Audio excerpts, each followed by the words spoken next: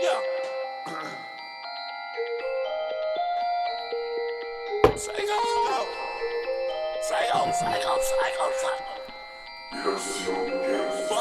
Oh no.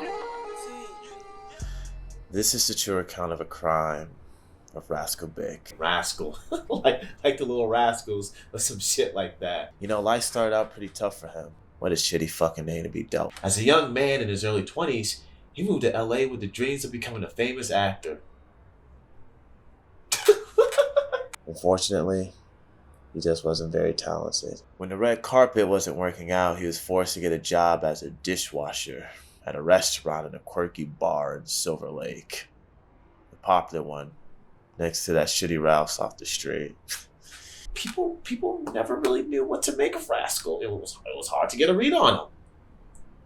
He was always quiet. You can never really tell what he was thinking. That's what made him really, really terrifying. He always had a charm bracelet on his belt, a green four-leaf clover. He had these really, really, really intense eyes. Like, really, really intense. And he always had this strange habit of muttering to himself. He'd be like,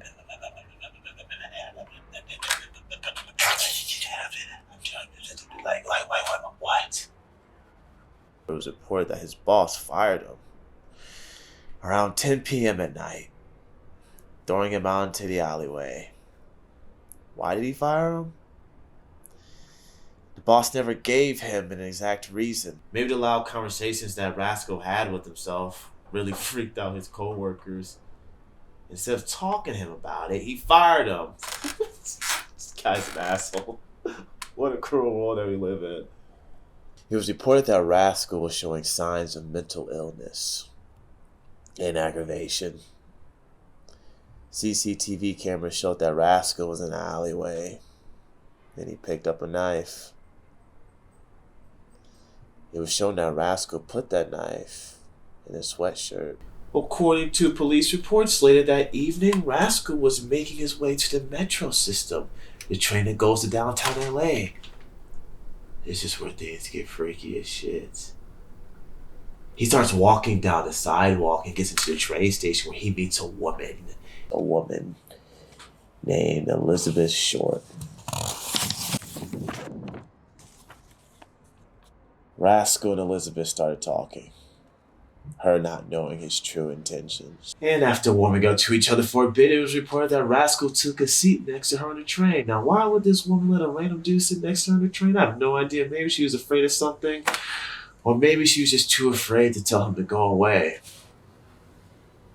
After a couple stops and some more back and forth, Elizabeth got off the train, and that's when Rascal made his pursuit.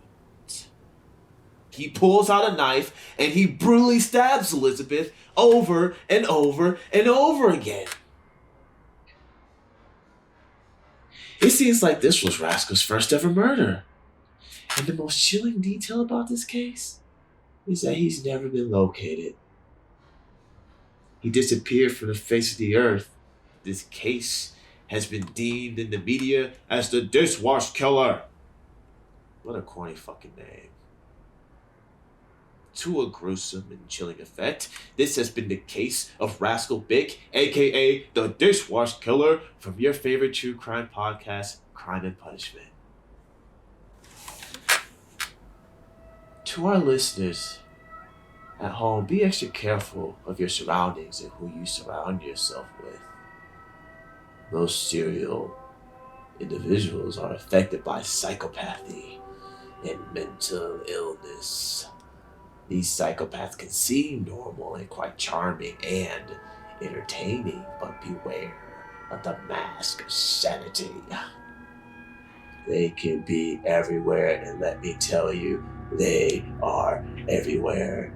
And unfortunately, this is just the bottom line, there will be more people dead tomorrow because of you being unable to see the signs of a killer. Take Ted Bundy. He said that murder is not just a crime of lust or violence. It becomes a possession. The victim becomes a part of you, or that the killer and the victim are forever one. The ground where you killed them becomes sacred to the killer. The killer will always be drawn back to them. I don't know what to say. I'll end it on this.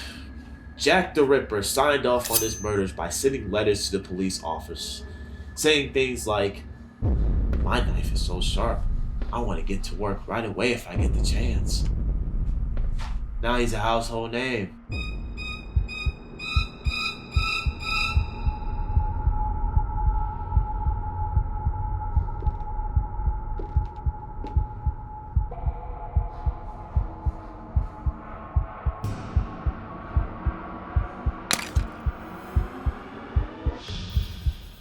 Now that is something to think about.